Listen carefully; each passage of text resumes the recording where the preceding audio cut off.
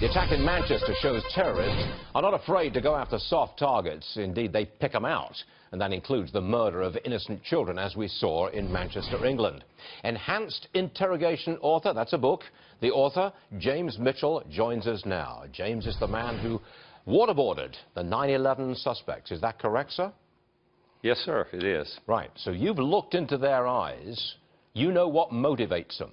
What motivates these people to kill kids? Well, I'll tell you what Khalid Sheikh Mohammed told me. What he told me was that a parent's love for their children is one of the weapons that Allah placed in the infidel's mind so that those who want to impose true Sharia could both punish and demoralize those who are resisting it. He said, in essence, that even if you pay taxes, then your children are legitimate targets.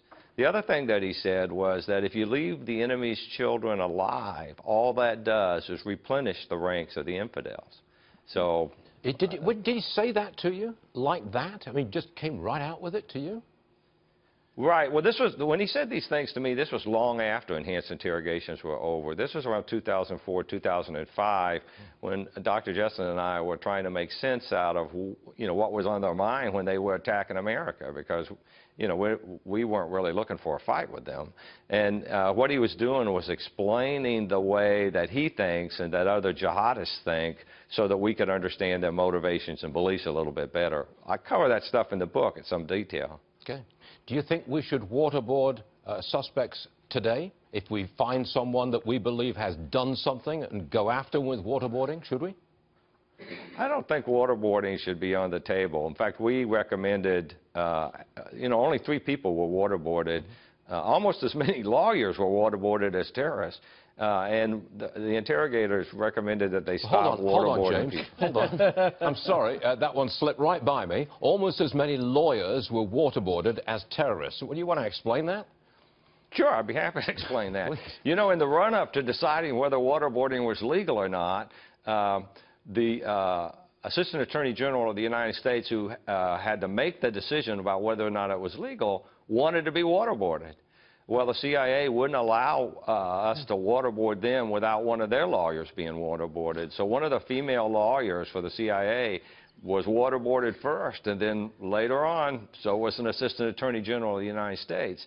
And for those people who claim that waterboarding is torture, my reaction is a great time to tell me that would have been when that Assistant Attorney General, who decided 3 or 4 days later that it wasn't, when he got off the waterboard and shook the water out of his hair, that would have been a great time to say that was torture. But he didn't.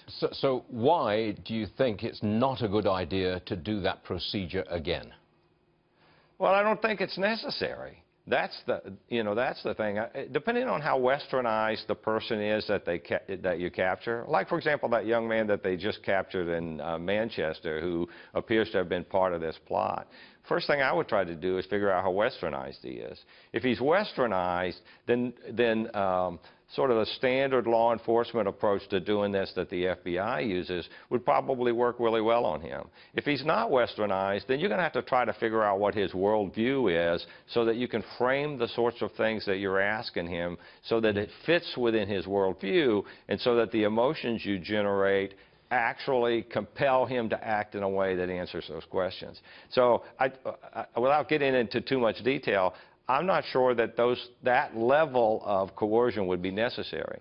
I do think at some point, if there's another potential catastrophic attack, because what seems to have been lost on people over the years is that the whole reason that the CIA went to waterboarding people was that they had credible evidence that there was another wave of catastrophic attacks that were looming, if not imminent, and that there was the possibility that it was going to involve nuclear weapons. They knew for a fact that Osama bin Laden had met with the Pakistani scientists who had passed out the nuclear technology to these rogue states, and UBL, Osama bin Laden, had asked those scientists about making a nuclear weapon, and the scientists said the hard part is getting the fissionable material, and UBL said, what if we've already got it? Oh, okay. Yeah, I understand.